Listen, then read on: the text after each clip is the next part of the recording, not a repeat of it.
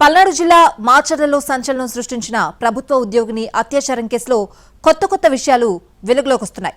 ఈ కేసులో నిందితుని పోలీసులు అదుపులోకి తీసుకున్నారు. అతను ఆమె ప్రియుడేనని ప్రాథమికంగా నిర్ధారించారు. అయితే ఆమెపై అత్యాచారం చేయడం, ఆ తర్వాత తీవ్రంగా గాయపరచడానికి కారణాలు ఏంటి అనే దానిపై పోలీసులు దర్యాప్తు చేస్తున్నారు. పల్నాడు జిల్లా మాచర్ల మహిళా ఉద్యోగిని రేప్ కేసు విచారణ చివరి దశకు చేరుకుంది. ఎన్నో మలుపులు తిరిగిన తరువాత విచారణంతా చివరకు బాధితురాలి వద్దకే వచ్చి ఆగింది.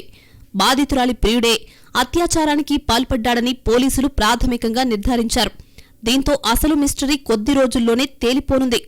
మాచర్లలో మహిళా ఉద్యోగినిపై గుర్తు తెలియని వ్యక్తి పట్టపగలే అత్యాచారానికి పాల్పడడం స్థానికంగా సంచలనం సృష్టించింది.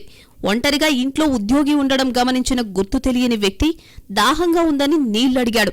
మహిళ ఇంటి తలుపులు తెరిచిన వెంటనే కత్తి చూపించి అత్యాచారానికి పాల్పడ్డాడు.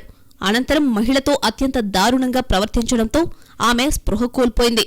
కుటుంబ సభ్యులు ఫోన్ చేసినా మహిళ స్పందించలేదు. దీంతో స్థానికంగా ఉన్న స్నేహితులకు ఫోన్ చేశారు. ఇంటికి వెళ్లేసరికి మహిళ దారుణ స్థితిలో పడుంది. వెంటనే పోలీసులకు సమాచారం ఇచ్చారు. సంఘటనా స్థలానికి చేరుకున్న పోలీసులు మహిళను ఆస్పత్రికి తరలించారు. ప్రాథమిక చికిత్స అనంతరం మెరుగైన వైద్యం కోసం గుంటూరుకు తరలించారు. పోలీసుల విచారణలో 45 నుండి 50 ఏళ్ల వయసున్న గుర్తు తెలియని వ్యక్తి తనపై అత్యాచారానికి పాల్పడ్డాడని చెప్పింది.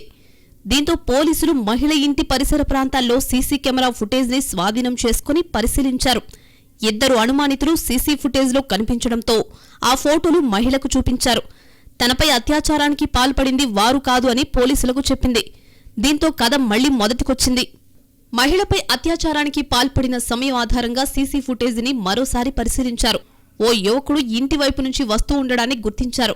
అయితే బాధిత మహిళ చెప్పినట్లు అతని వయసు తక్కువగా ఉండడంతో పోలీసులు పట్టించుకోలేదు. తరువాత మరింత లోతుగా విచారిస్తే సీసీ కెమెరాలో ఉన్న యువకుడు తప్ప మరెవరూ ఆ సమయంలో అక్కడ లేరని నిర్ధారించుకున్నారు. దీంతో యువకుడి ఆచూకీ కోసం పోలీసులు 3 ప్రత్యేక బృందాలతో గాలింపులు చేపట్టారు. ఎట్టకేలకు పల్నాడు జిల్లా రాజుపాలెంకు చెందిన శ్రీనివాస్గా గుర్తించి అదుపులోకి తీసుకున్నారు. ప్రస్తుతం శ్రీనివాస్ను పోలీసులు విచారణ చేస్తున్నారు. తానే మహిళ ఇంటికి వెళ్లినట్లు అంగీకరించాడని తెలుస్తోంది. ఎందుకు వెళ్లావని పోలీసులు ప్రశ్నించడంతో తనకు ఆమెతో కొంతకాలంగా పరిచయం ఉందని చెప్పేశాడు. అయితే అత్యాచారానికి పాల్పడి తీవ్రంగా దాడి చేయాల్సిన అవసరమేంటనే దానిపై పోలీసులు విచారణ చేస్తున్నారు. ఇదే సమయంలో బాధిత మహిళ ఎందుకు నిజం దాచిపెట్టింది అనే కోణంలో కూడా దర్యాప్తు చేపట్టారు. మరోవైపు మహిళ ఇంట్లో కండోమ్ ప్యాకెట్లు, భోజనం పార్సిళ్లు, వాటర్ బాటిళ్లను క్లూస్ టీం గుర్తించింది. ఇద్దరూ కొంతకాలంగా రిలేషన్షిప్లో ఉన్నట్లు ప్రాథమికంగా నిర్ధారణకొచ్చారు పోలీసులు. మహిళ మరొకరితో సన్నిహితంగా ఉండడం గుర్తించి దాడి చేసి ఉంటాడని భావిస్తున్నారు.